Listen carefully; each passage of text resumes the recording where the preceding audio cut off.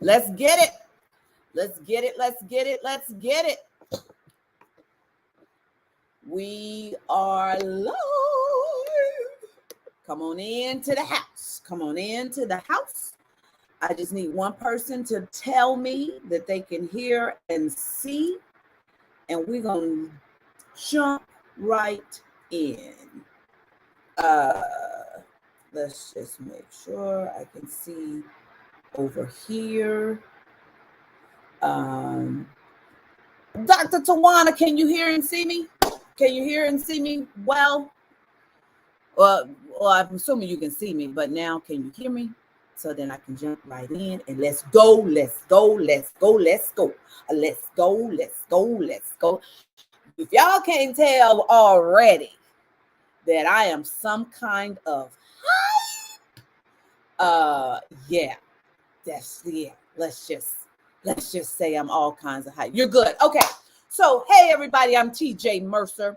I am known as the walking exclamation point and the chief noise maker of the Media Mavericks Academy, where I teach authors, experts, coaches, and entrepreneurs how to book themselves in the media without a publicist and without being a celebrity. But that's mostly what I talk about on Tuesdays of News Jack City. On today, this is all personal. Well, kind of personal, but Planet Bougie. So the other side of the coin is I am a TV producer, and I have launched the first, to my knowledge, philanthropic TV production company, where our first initiative is called Move In Day Mafia. Hey, Andrea. Hey, my Facebook user. I don't know who that is in the comments, but it may be Emily or I'm not sure. So say hi so I'll know who it is. But Tara, what was I going to say? We are focusing on this initiative called the Move In Day Mafia. And the Move In Day Mafia is hey, LaCrystal, thank you, Pumpkin, is an organization where we are an army of volunteers that will deploy to HBCU campuses across the country, primarily serving those incoming freshmen who have aged out of the foster care. Hey, Tara. And so there's a big, heavy vision on my heart around Move In Day Mafia. And so, hey, Patrice. So my folks are coming in. So let me just say, the beginning of this year has been a doozy. Like, it has been crazy. And to a certain degree, my voice really had been quieted. Is that a word? Quieted? Let me just woosah and like really lean into this. And Holy Spirit, give me the words to speak to your kids who you have called me to love on. And I thank you. Today is probably the first day of all year that I've wanted to go live. And I've wanted to talk. There was one live that I did. This is the second. Let me put it that way. The first time in the year was when I did the Facebook Live about this little boy who was sitting next to me at the Beauty and the Beast show. His little voice was silenced, and how that impacted me. And the top of this year, spiritually, mentally, financially, physically, almost took me out. And eventually I will have a live where I'll go into that. But several of you have walked with me through that, and yeah, it almost took me out. And part of me recognized that Satan has been after my life for a long time. Who is that who says first time catching me live? Who is that? So I can say hi. My maternal grandmother tried to abort me.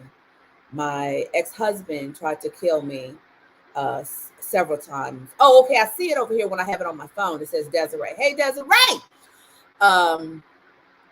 And so I recognized that what I was going through at the top of this year was most likely an attack, because, hey, Miss Martha, God has shown me back in like 2015 that the reason why my life was attempted to be taken out was because of what it was attached to.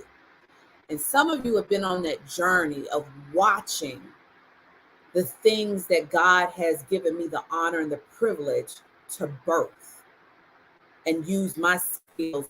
You will not cry this early. You will not cry this early, Teach. But as used, I've been fortunate to be used as, even when I look at myself, I look different because of what I know I've been through at this from January until recently. I'm looking at myself and I see my light coming back. My life was almost snuffed out.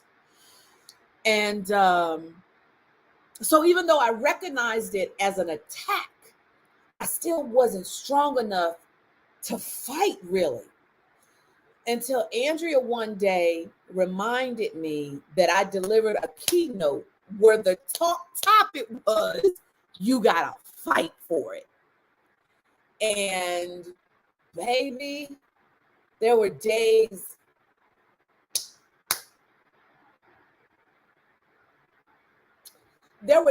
where I literally was holding on to the nail of my pinky toe.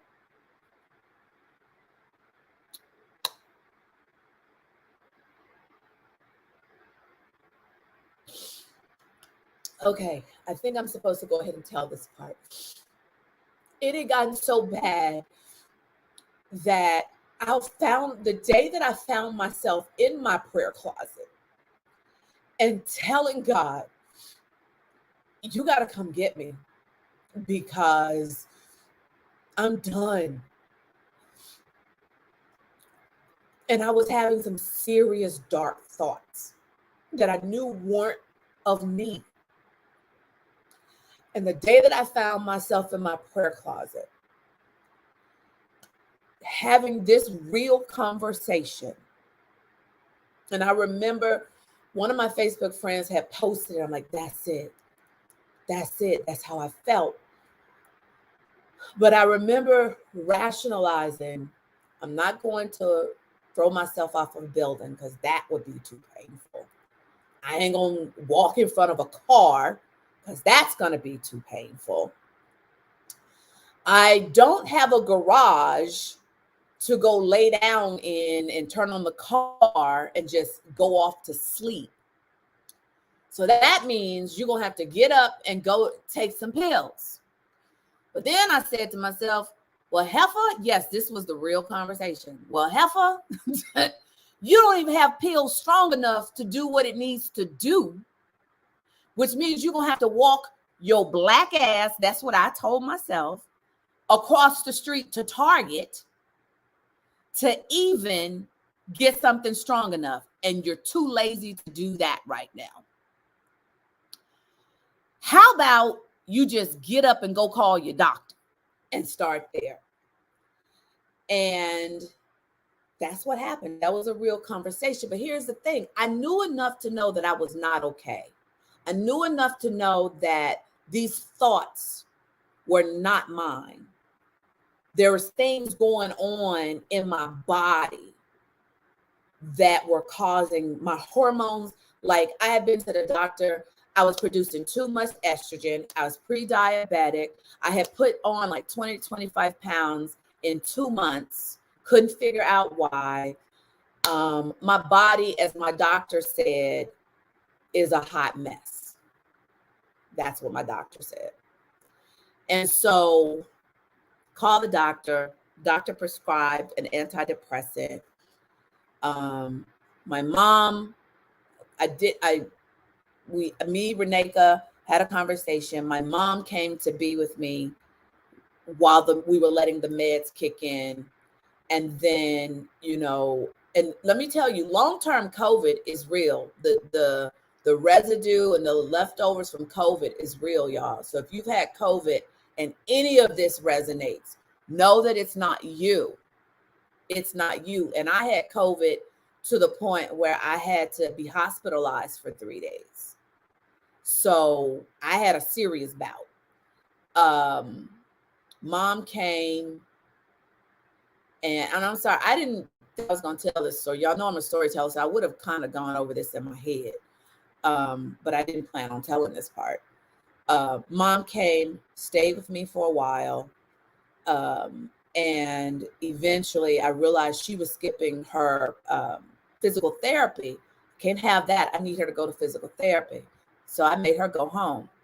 And then I slipped into a really, really dark depression that was scary enough that Reneka said, I'm booking you a flight. We're getting you to LA.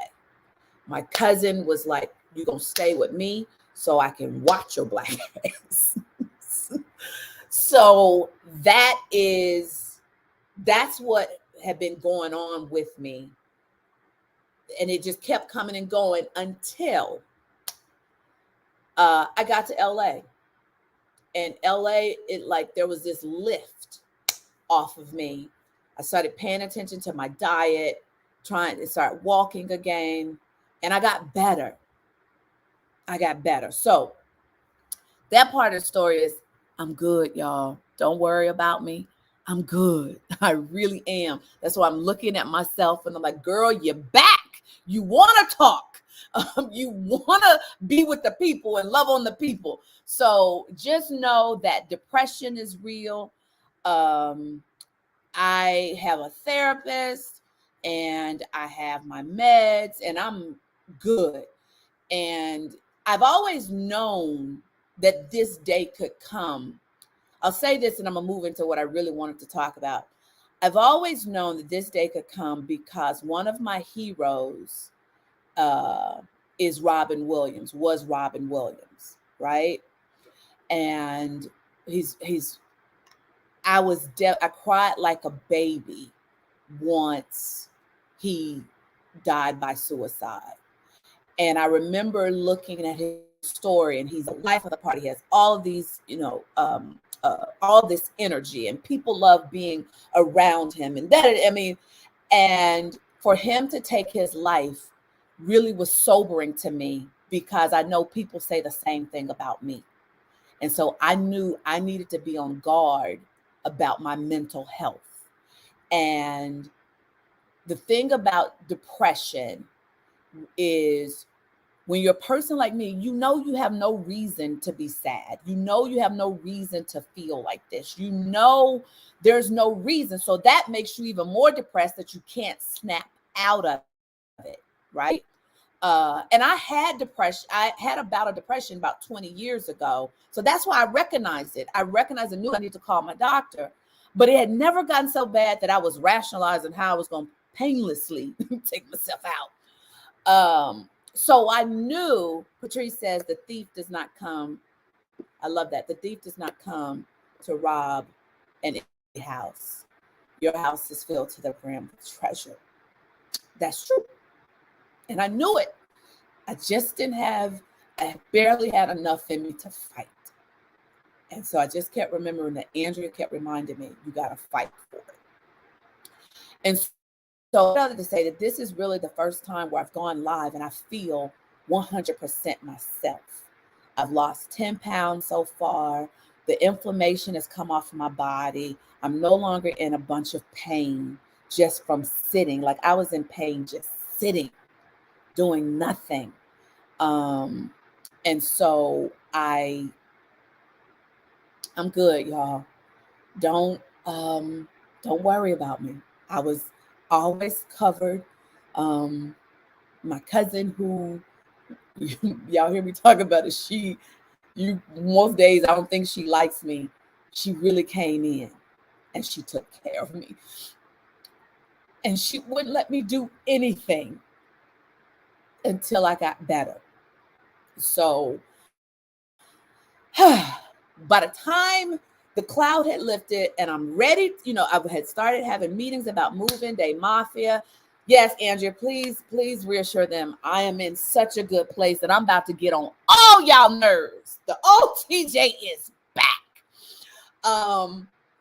And so I had a mission. You know, I booked a flight to come home and knowing I got to get moving day Mafia on track. And let me tell you something. Like, I was in talks with a major, huge global company to partner with for all the HBCU projects when I went down. And I kept praying, God, you have to redeem this some kind of way. When I get better, you have to redeem this. I have been late on things I was supposed to turn into, turn into them. And God, let me show y'all the dopeness of God. When I finally reached out back to my contact at this company, he didn't even know that I had been late. Why? Because the man had had a heart attack. And I remember when I heard it, I was looking up to God like, I didn't tell you to get a man a heart attack. Like, I just needed you to redeem it. But that's also another reason why I recognized this is an attack, literally. And he tells me he went down at the same window of time that I did.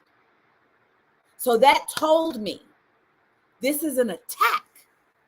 Because what we're about to do for these kids who have aged out of foster care is generationally game changing. And so it is in Satan's job description to destroy. So why am I surprised that this is coming? Why am I surprised that I'm not hitting all of these roadblocks? And then get home to get home to Atlanta. I'm ready to jump in and get back to work, move forward with moving day Mafia. And I learned that my car was stolen. And that has been more than an ocean. They took my Tonka toy. Jennifer, they took my Tonka toy. Stevie, they took my Tonka toy.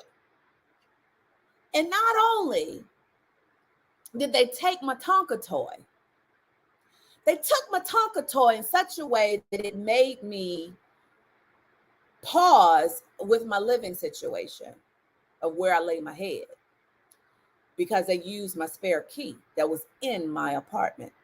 That's a story for another day. But when I started looking backwards, I was like, okay, God, if you want me to have my car back, you're going to bring it back to me. If not, you're going to help me figure this thing out of what I'm supposed to do. And hey, Robin. And when I realized they found the car quickly, the person was driving the car. A person was driving the car. Let me just say that. A person was driving the car. And because he had methamphetamine on him, insurance automatically totaled my car. Now, y'all know I was some kind of hot. Totaled my car. And out of all the substances that could have been found, meth was the one that would actually. So then, and when that happened, I was like, okay, God, clearly you wanted me out of this car. I don't know why, because it was a Honda. So it had like another 100,000 miles to go. Fast forward, I posted on Facebook that I was over it because the car market is crazy. Cars are going for $4,000 and $5,000 over invoice. Over sticker. There's a weight on card. Like, it was crazy. And I'm, as the days would go by, I was like, this is consuming way too much. This was consuming way too much. This is a distraction again. This is a distraction. This is consuming way too much of my time. I have not been able to do anything on moving day Mafia. It's just a waste of it's wasting time away. And so by Wednesday, this past Wednesday, I was done. And some of you saw the post. I was like, I ain't doing this no more. I don't want to do this no more. I don't want to look for a car. I need to get back into, God, what you sent me to Atlanta to build in the first place. And that is all of these projects for HBCU. So what happened was I said, okay, I'm going to give it from now until Monday morning. When I wake up Monday morning, which is today, I'm going to be all about moving day Mafia because I'm losing time. I'm losing time and moving day is coming soon. So I finished my look. I did all my due diligence and I kept telling God, I've done what I'm supposed to do in the natural. I need you to do your thing in the supernatural. Because after when Monday comes, I'm done, God. I just don't feel like you want me to waste this kind of energy. In between all of that, I get a message on Facebook for a gentleman asking me to call him. And he's been quite supportive behind the scenes with all the HBCU stuff, but he and I had never talked. So I talked to him, and do y'all not know this man offered me, he said, I got 2 drivers on standby to make sure you get where you need to go, because I recognize you're on the mission and the mission is about to be, it's constantly going to be blocked. Then after that, I get a message from a Facebook friend who I do know. And she was like, she's based here in Atlanta. She was like, I got a car you can use. So I'm like, okay, but my pride is like, you can handle this. You can handle this. So today, actually it started last night. So listen in, because here's where I really want to talk to those of you who are going through things yourself. You're called to build something amazing. And hey, my Tanya, you're called to build something amazing, and just ish happening, and you're overwhelmed by it. So this is the part that God was like, I'm with you. I'm watching you. So yesterday I went to get a massage. I haven't had a massage in like 3 years or something. And I went to, no, that's not true. I haven't had a massage in a long time, but it hadn't been 3 years. And I kept vacillating on, hey, Darissa, I kept vacillating on, do I listen to music or do I listen to a sermon? So I listened to music for a minute and I didn't feel like that was the right choice. So I put on this sermon. And I happened to put on Mike Todd's sermon from his It's Cuffing Season series. And I saw the title said Cuff to the Comments. And so for me, I was just like, I don't have that problem. I will, Tara, this is definitely for someone like you. I will listen anyway. And so I'm glad I did. Because he came from the book of Nehemiah. And I'm pulling it up. Wait, no. He came from the book of Nehemiah. And it resonated with me because of, first of all, because of all the changes that I've been through. Yeah, I love Mike Todd too.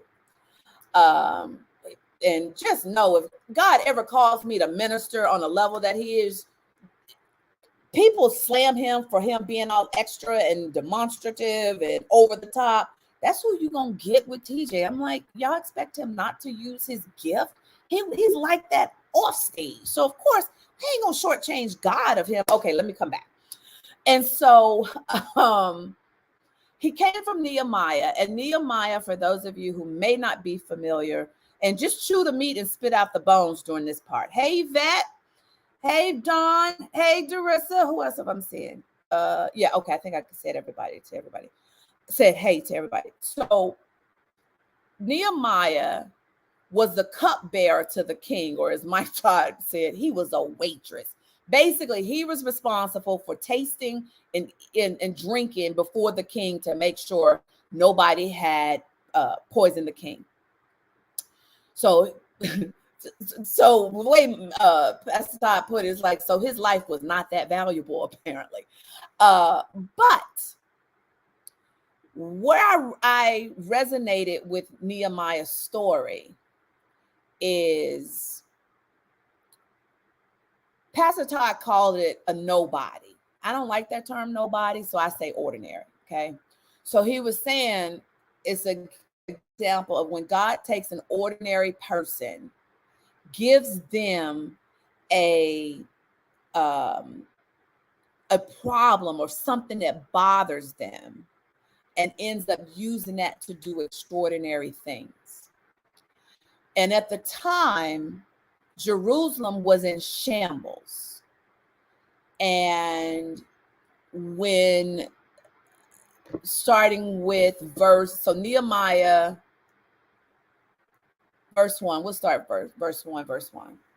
In late autumn, in the month of Kislev, in the 20th year of King Artaxerxes, that name, reign, that king's reign, I was at the fortress of Susa. Hanani, one of my brothers, came to visit me with some other men who had just arrived from Judah. I asked them about the Jews who had returned there from captivity and about how things were going in Jerusalem. They said to me, things are not going well for those who return to the province of Judah. They are in great trouble and disgrace. The wall of Jerusalem has been torn down and the gates have been destroyed. And when I heard this, I sat down and wept. In fact, for days I mourned, fasted, and prayed to the God of heaven.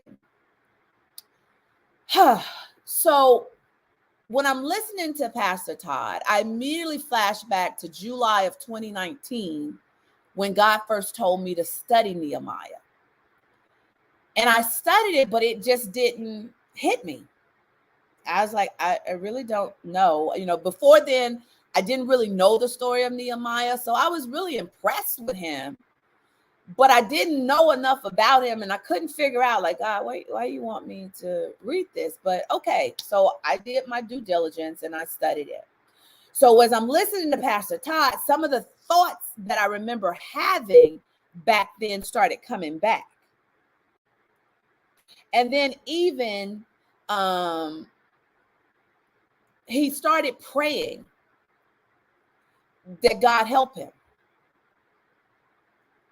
And he starts to remind him, please remember what you told your servant Moses. If you are unfaithful to me, I will scatter you among the nations. But if you return to me and obey my commands and live by them, then even if you are exiled to the ends of the earth, I will bring you back to the place I've chosen for my name to be honored. And so I related to Nehemiah because many of you remember when the pandemic started, all I wanted to do was serve and help us get through this. So I created story time with Auntie TJ. Then we created the regular bingo. And then we created the HBCU bingo. And the HBCU bingo was simply born. First of all, the story time was born because I knew parents were thrown in a flux and I wanted to help. And remember, this is the theme of Nehemiah, of seeing something that grieved him and him using what was in his hands to help.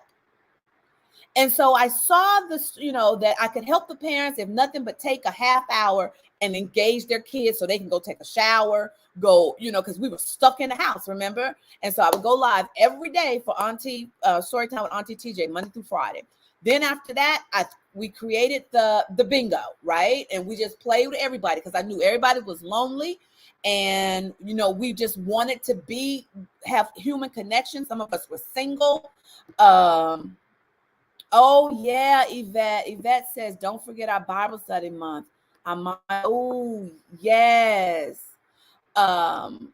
So one of the other things that I created was the month of August. We did nothing but TJ and Jesus is what we studied. And we broke down Peter. And what I can't say that was coming from desire, because God told me to do that. I didn't ask him how to help there. But then with the HBCU bingo, being I am a graduate from the Howard University, I felt so much sadness because these students were not going to get to walk across the stage for their graduation. And I know HBCU graduations are lit. And for the Howard students, I knew that they had seen the chairs get, put up for their graduations and then not to have it. And so that grieved me. So then here's where I also related. And I asked God, what can I do? God was like, I already told you, use what's in your hands. do a HBCU bingo. Didn't want a part of that plan. But here's the other part that I liked. He got put in, let me get to it. Hold on. Okay, here's the one. So in chapter 2, he goes to the king to ask the king for a leave of absence to go to build the wall of Jerusalem because the walls were down. And then, so chapter 2, verse 18. Then I told them about the gracious hand of God had been on me and about my conversation with the king. So now he's gotten leave. He's there talking to the people. Why you here? What you doing? He's telling them the plan. And here's where my bingo squad, this is what the part of Nehemiah's story remind me of my bingo squad. It says, they replied at once, yes, let's rebuild the wall. So they began the good work. And here's the other part of this story that I just admired about Nehemiah. He built the wall with unskilled people. He built the wall with people that had the heart. That was my entire bingo squad. We produced these bingo games like they were a TV show. And the only person that had produced TV was me. And yet, for 4 nights of June of 2020, we actually engaged and held the attention of 20-somethings for our final night, 8 hours straight, because of the commitment of they saw the problem. God gave me the vision. I asked for the help. They were the ones that raised their hands and said, I will help. And we did the darn thing. I looked at the skills of the people that said yes to me, that I'm willing to do this. I know you don't know what you're doing, but I know we can build this thing together. That's who I built the bingo with. And as a result, we ended up doing the HBCU bingo. Then we did the holiday bingo of we still were on lockdown. And I still was like, we got the holidays. These parents got kids. They're going stir crazy. And we did Halloween bingo, Thanksgiving bingo, and Christmas bingo. And we were getting messages from parents that were saying, you held my kids' attention. They weren't on their phones for 2.5 hours. That has not happened in years. We brought people together from all over the world to play bingo. That is why Nehemiah resonates with me. But catch this. This is what happened a few minutes right before I went live. I was sitting on the toilet, too much information. I was sitting on the toilet reading to see what I was going to talk about and how I was going to try to shape this. And when it said, they replied at once, yes, let's rebuild the wall. The Holy Spirit immediately showed me that move-in day Mafia is the wall that we are called to build around these vulnerable kids. Just like the Jerusalem wall was designed to be protected and insulated of the populace inside, that is move-in day Mafia. That is our wall. Oh, but it gets better. I had to lay the foundation so you can see where I'm going with it. I had to lay the foundation. So when I look at, when I start processing all of that, I decided that Nehemiah was going to be the theme from now until we get to move-in day Mafia. And at the time, hold on. Okay.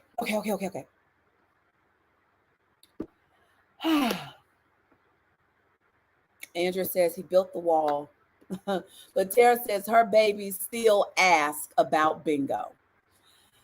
Latera is, by the way, is officially on my team. She's the project manager for all of this. Show love for Latera because she's got to be the unicorn wrangler. But come on, let's go. Okay, So, because it keeps getting gooder, y'all. It keeps getting gooder. So I went to bed last night knowing that Nehemiah was the theme. And especially now, it's definitely the theme that I realized the wall signifies, the wall that we're going to be building is signifying what Move-In Day Mafia is to these freshmen who have aged out of foster care, because they are an at-risk population. They need to be protected. They need to be loved on. They need to be surrounded to protect them to go to the next level. So last night, I go to bed with Nehemiah playing as I was sleeping, because I'm like, I want all of this, God, to get in me. Mind you, my girl Nikki Klug, who is the interior designer for Move-In Day Mafia, came in town. She got here about midnight last night. She stays in my guest room, which is right here behind me. We go to bed, don't hear nothing. By the time I get up, as usual, she's gone. I look at my phone. She sends me a text. She had sent me a text at 2 a.m. to say, your whole closet fell in at around 2 a.m. and it scared the crap out of me. Now, remember at the beginning of this, I said I had committed that if I don't have a car by Monday, I'm done. I've given it to God. I'm going to get back into Move-In Day Mafia. And oh, y'all, it's getting ready to get real gooder because I'm about to blow your mind. And I said today, June 20th, will be the day I start building what we now know is the wall. But I'm going to build Move-In Day Mafia, and I'm going to make it happen, okay? So 2 a.m., whole closet falls down. I don't know nothing about it. I didn't hear a thing. I don't even go in that room. She sends me the text. I look at it. I was like, oh, okay. So that's a distraction. At first, I was getting ready to go try to fix it and deal with it. And I was like, no. Remember you said no more distractions. And that you are going, this is me, I'm looking at my phone. Okay, this is my phone. And you are going to handle Move-In Mafia because time is running short. I go in my prayer closet, start talking to my God. And I was like, God, I don't know what about the closet. I don't even want to deal with that. You know, I'm gonna need a car. The rental car I have the insurance is paying for, it's gonna run out on Thursday. What do you want me to do? So he reminds me that I got the friend who said I could use her car. My ego kicks in, my pride kicks in. I ain't talking to none of y'all because I know that, you know, this not you. So it's just me. My little pride kicked in. No, you can't do that. But then on the other side, I'm going, you don't want to be spending all of this money on a rental car when you building Move-In Day Mafia. So finally I concede, I call her. She answers immediately, no problem. Even tells me, I got 5 cars, you can have the Range Rover. Wait, what? Like, what? Like, and I just tell her, like, my ego, my pride almost got, and I was like, God, remind me, I have to accept the help because I got to stay focused from now until whenever we do Move-In Day Mafia. I'm not sure when that is, but I'm thinking like towards the end of August or sometime, but we got to stay focused, right? So if I don't have to think about a car or transportation, because the rental car is going to start getting expensive because rental car rates are astronomical these days. And then she's like, no problem. So we agreed that I'll come get the car on Friday. So then I thought, okay, so she lives about an hour away. So then I thought, okay, how am I going to get out there? Am I going to spend the money to take an Uber, or if I wanted somebody could? And then I remember what I told y'all. Remember, I said at the beginning, I said another Facebook friend who I'd never met, never laid eyes on, never even talked to, said, I'm putting 2 drivers on standby to go wherever you need to go. God done work that thing out. But baby, it gets gooder. So going back to Nehemiah. So I'm going back and I'm studying Nehemiah. So I point out y'all what I saw this morning in my study. And then I came out of prayer closet and something told me to look in my phone and just do a search through my phone. Did I write any notes down or did I text somebody anything about Nehemiah? I come across an old text from July 13, 2019, where I text my friend Tish. And I said to Tish, Do you realize God took only 52 days to build something that was destroyed for 170 years? That was the text I sent her. So I said to myself, so it doesn't take long for God to do what God is going to do. And then, I'm like, well, why? Because in my prayer class, I'm like, God, there's not a lot of time. Can we pull this off? And God reminded me, like, well, you were able to raise over $1 million. I showed you how to do that in less than 4 weeks. And you worried about, so, I'm crazy sometimes. Sometimes my flesh is on flex. And then sometimes my faith is like, what? And so I'm sitting there and the Holy Spirit nudges me to then count. Because I that 52 days jumped out at me, totally jumped out at me. 52 days, and I had to count from today, June 20th, what is 52 days from today? Came up on August 10th. I was like, okay, I don't know what that means, but I got it, August 10th. So I'm sitting there, and like earlier this year, I was been having vivid dreams. Oh, I forgot to post this the other day. Like the other day, I dreamt that I was hanging out with P. Diddy because he wanted to get my opinion on an investment he gonna do. And then the other day, what else? I was hanging out with somebody else, but I'm having these very, very vivid dreams. But in this vivid dream, I see the number 13 all throughout the dream. And then shortly after that, the number 13 kept following me everywhere. I think I even text Andrea pictures, or I text somebody pictures every time I saw the 13. So I knew 13 was a special number. So the day that I had a meeting with a person who is helping me build Moving Day Mafia, and that's a testimony right there. She was like, how many students are you going to start with? And I hadn't thought about the number, because when I was working with the corporate person, the potential partner, it was 100. And I'm like, well, we ain't gonna have the budget for 100 because he's down with dealing with his health. So I was like, that's when it hit me. And I was like, quick to pray, like, God, what do you want? What number? I already told you. And I was like, 13. So I know that I was like, okay, we want 13. And I had toured Paul Quinn College down in Dallas. If y'all hadn't heard of Paul Quinn, check them out. That HBCU is so dope. And that y'all know how I love surprises. So they got my attention because the day I was there, they had visiting high school students. But not only that, these high school students that had certain GPAs, they surprised them and gave them full scholarships, all of them. But then they did something gooder. That's so TJ-esque. They actually then, not only are we going to give you a scholarship, but you get to invite a relative and we're going to give them a scholarship too.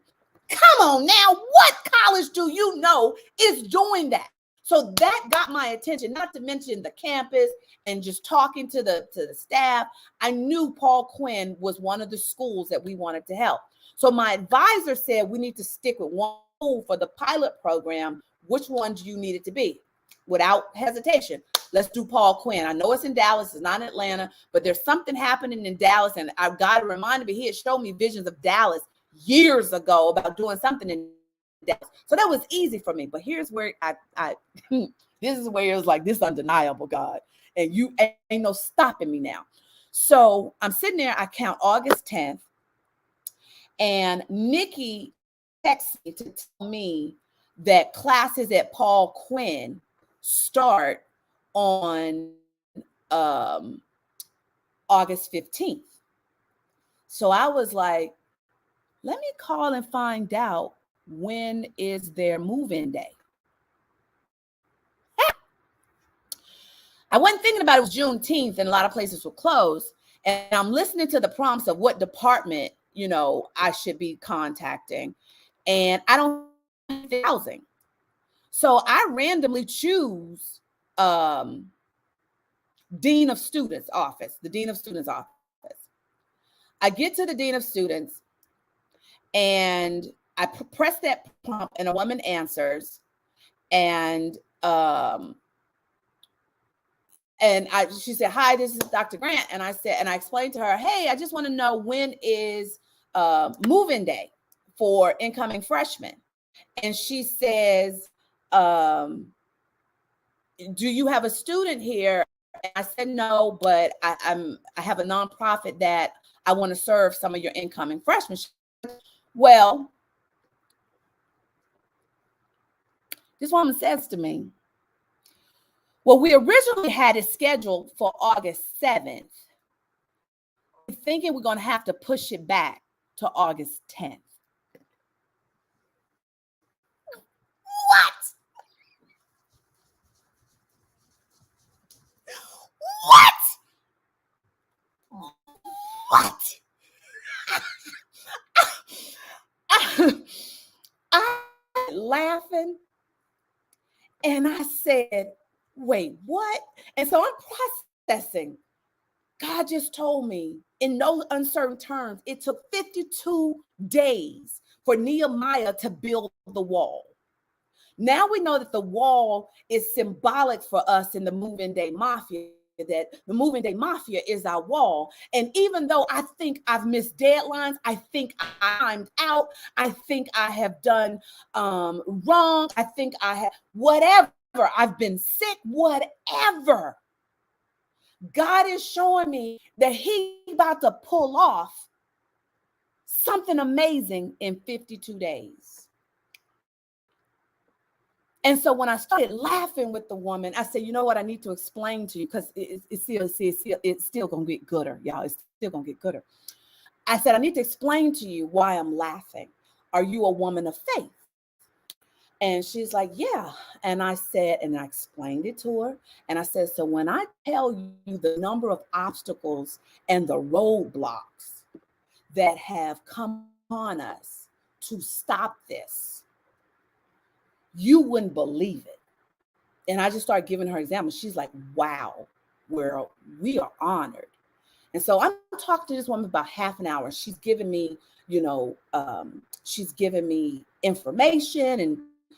And then it dawns on me, like, well, I don't know who I'm talking to. What do you do? Bruh. See, this is why nobody will ever convince me that God, and He's not watching, and He does not care about the desires of your heart, Talina. But Crystal, you will never be able to convince me that I don't hear from God. He talks to me in unique ways. He talks to you in unique ways that you understand. And this is why. Because remember I said I didn't know how, what department I could get to. And so I said to her, well, do you mind telling me what your lane of genius is for the school? Bruh. This woman says, oh, I'm the chief executive administrator for the whole college. Chair, did you hear that? This whole time, I have been talking to the top. Come on now. Come on now. I was on the phone with the top. She gave me her email. She gave me her direct extension.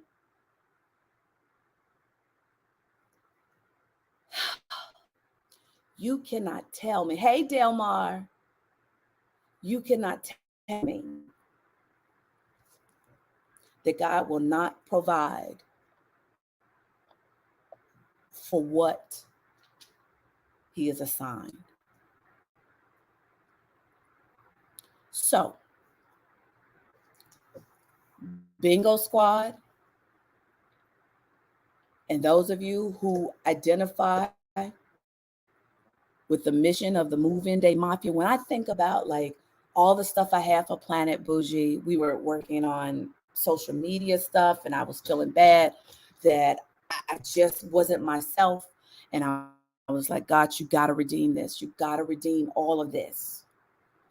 And to see that God's timing is impeccable once again.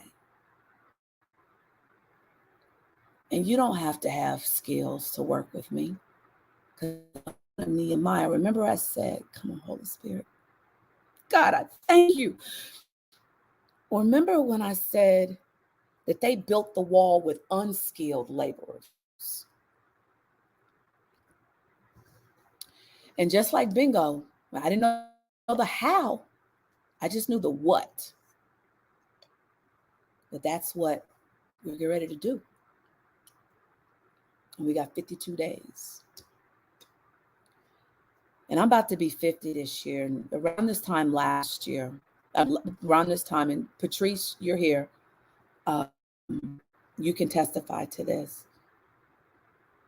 Around this time last year, 10 years ago, I was getting ready to be 40. So I asked God, what could I do? And he made me write a book, but the plan was only to do write 40 social media posts about my life lessons up to my 40th birthday. And he changed that plan and made it a book. So this year I was asking God, I said, can I be from now until my 50th birthday, September 14th? Can you make me part of 50 miracles? Can you use me as a miracle agent? And let me see 50 miracles where it's undeniable that you did that. It was my first miracle because I ain't that smart, y'all.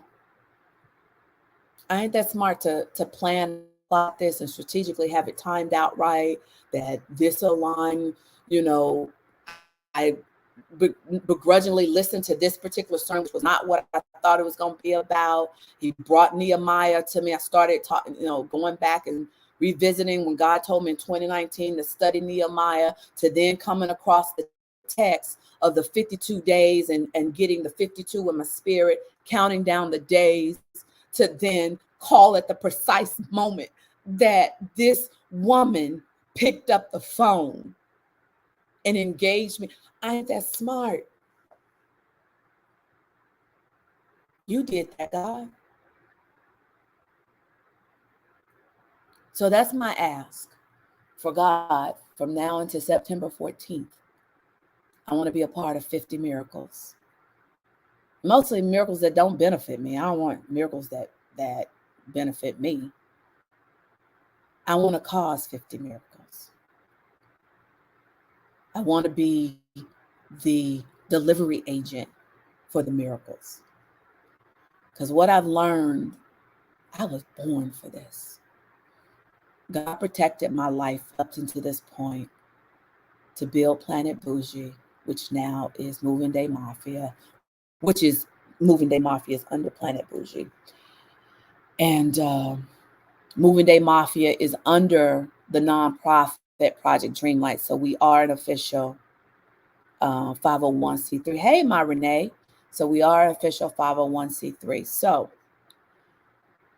last thing I want to say, I was going to put this up. If you feel called, I did this when I did the bingo. If you feel called to partner with me on this in some shape, form, or fashion, go to that website, planetbougie.com/MIDM, Moving Day Mafia -volunteer. It didn't dawn on me to put it in the comments, so I'm getting ready to grab it. Bingo Squad, you actually, I need you to fill it out so that you'll be tagged correctly in the system. So I just put it in the comments. But if you feel assigned to lend your genius in some shape, form, or fashion, that is the link to volunteer. The plan is August 10th with the move-in day in Dallas. So we're going to need people on site helping move in.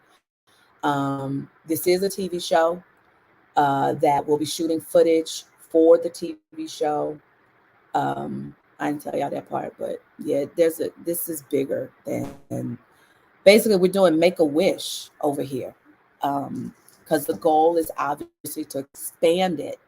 The mission is to expand it, that there's just every move-in day season. And then also um, we'll be looking for donors and sponsors because we want care package sent to these kids every month so that their needs are met. Their toothpaste, their toothbrush, their soap, their detergent, all the necessities that, this particular demographic would worry about because they don't have, like what I was at Howard calling mama, can you put $50 in my account? They don't. They don't have that. A lot of times they don't have places to go during the break. So we want to build. Yes, Patrice, 13 episodes in a season. I told you 13 kept hunting me. So that is what that's the mission, y'all. That is the Moving Day Mafia mission. And like the scripture says, do not despise small beginnings. We're starting with our 13 as the pilot. And if you want to join the Mafia and become a made man, a made woman, I could use your help in, the sponsorship part, the coordination and logistics. Because listen, what I'm clear on is I am a visionary. I need help on logistics and covering, crossing T's, dotting I's.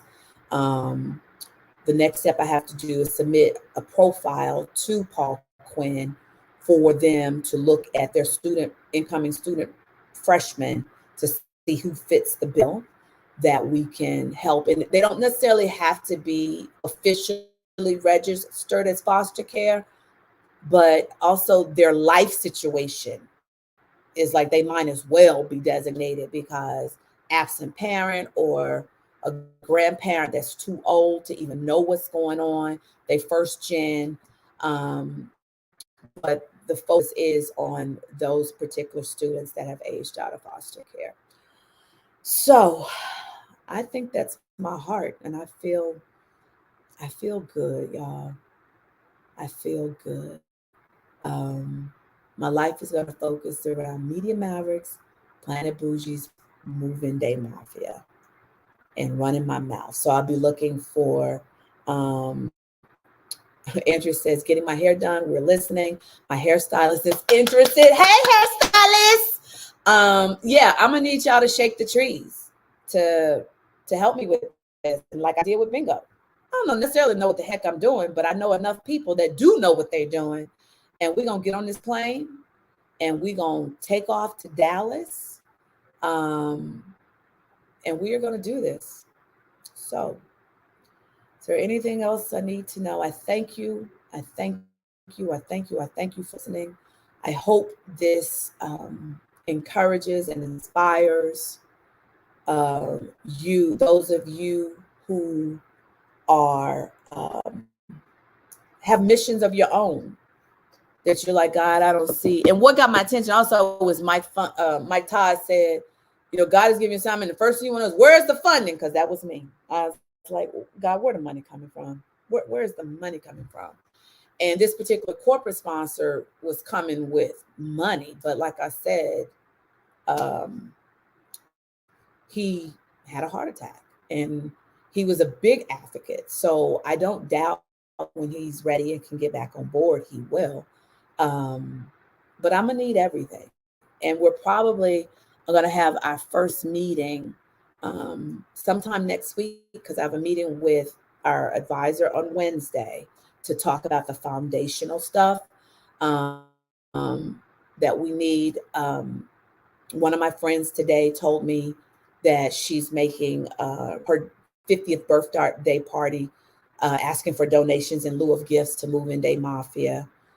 So, like I said, we are an official nonprofit. So if that's something you want to do, we can definitely set that up as a fundraiser Facebook thing. And I'm just overwhelmed by the yumminess of God, y'all.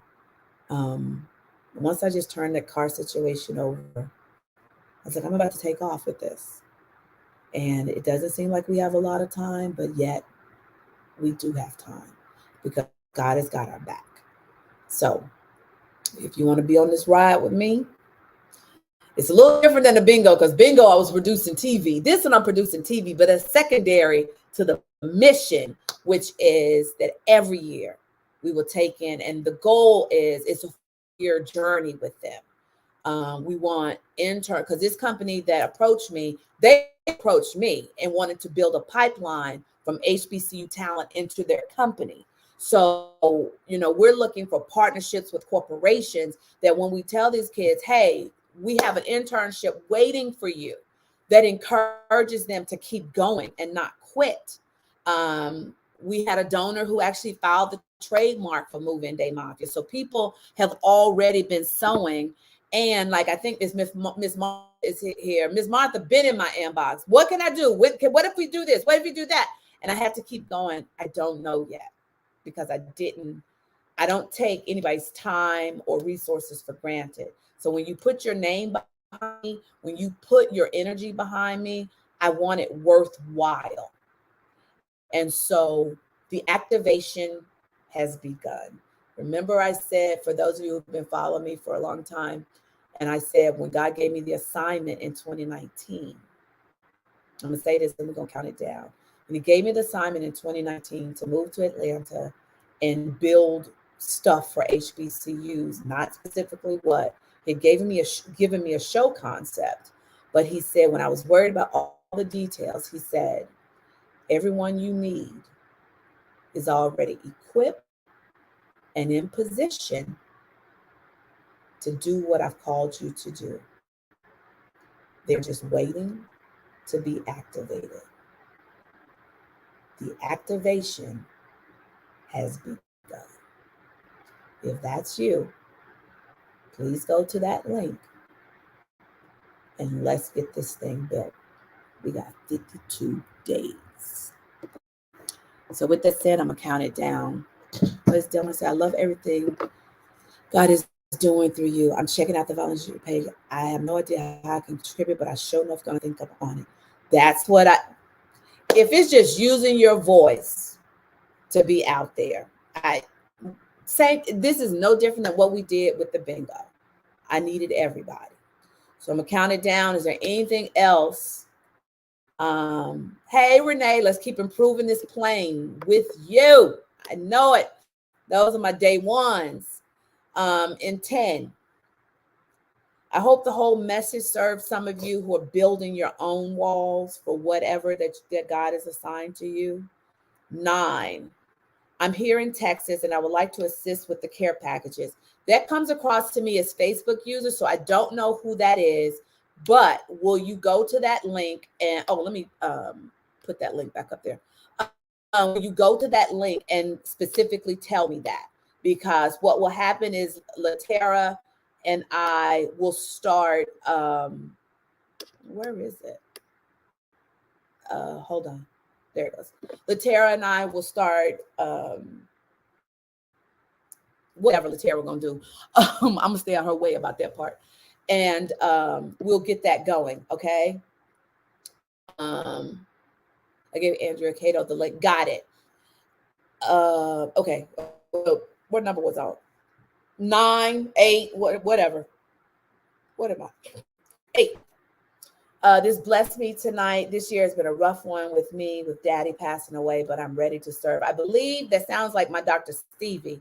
On here, Dr. Stevie, it says Facebook user, but I believe that's probably you. So thank you. 7, 6. Oh my God, I look like my mama. 5, 4. Love you too, Gordon. Okay, so yes, it's me, Dr. Steve. 3, thanks, Andrea, for putting the link in the chat. 2, my Dallas folks are updated. Form completed. Thank you. 1, love y'all.